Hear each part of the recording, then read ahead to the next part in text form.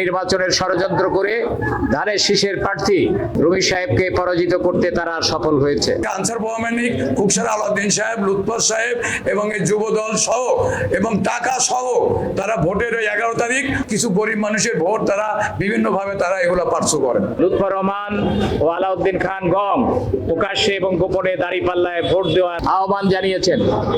ফলশ্রুতিতে সৈয়দ মেহেদী আহমেদ রুমি সামান্য ভোটে পরাজিত হয়েছেন।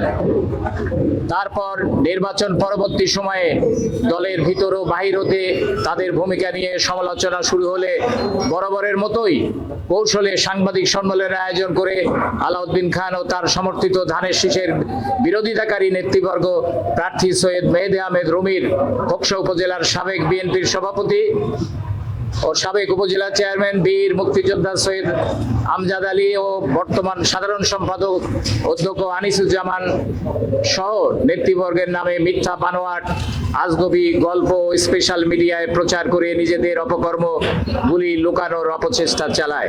আজকে আনসার ভৌমিক, খুকসার আলাউদ্দিন সাহেব, লুৎফর সাহেব এবং এই যুব দল সহ এবং টাকা সহ তারা ভোটের 11 তারিখ, আমাদের 10 তারিখও আমরা অনেক ভোটে জিতছিল, তারা 10-11তে কিছু গরিব মানুষের ভোট তারা বিভিন্নভাবে তারা এগুলো পার্শ্ব করেন এবং এটা রিপোর্ট আমাদের আছে। এবং রাত 2টা পর্যন্ত তারা 2 জন ক্যান্ডিডেট টেলিফোনের মাধ্যমে বিভিন্ন জায়গায় তারা দাঁড়িপাল্লার প্রচারণা চালায়।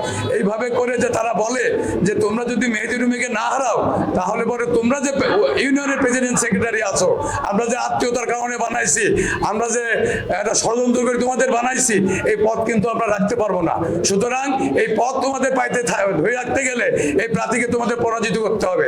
এইভাবে তারা একটা টিম ওয়ার্ক, এই কুমারখালী খুকসা এই টিম ওয়ার্ককে আর্থিকভাবে সহযোগিতা করে শেখ সাদি দিয়ে।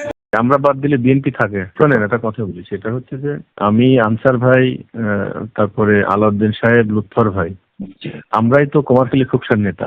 তো আমরা যদি ভোট না করতাম তাহলে এত এই প্রায় 1.5 লাখ ভোট আসতে কোথা থেকে?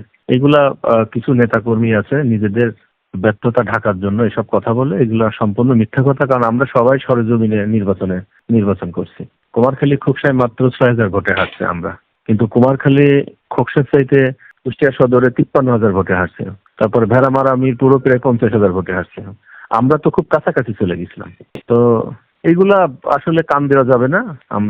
আমরা যারা বিএনপি করে, আমরা বিএনপির জন্য কাজ করছি, পরবর্তীতেও করবো।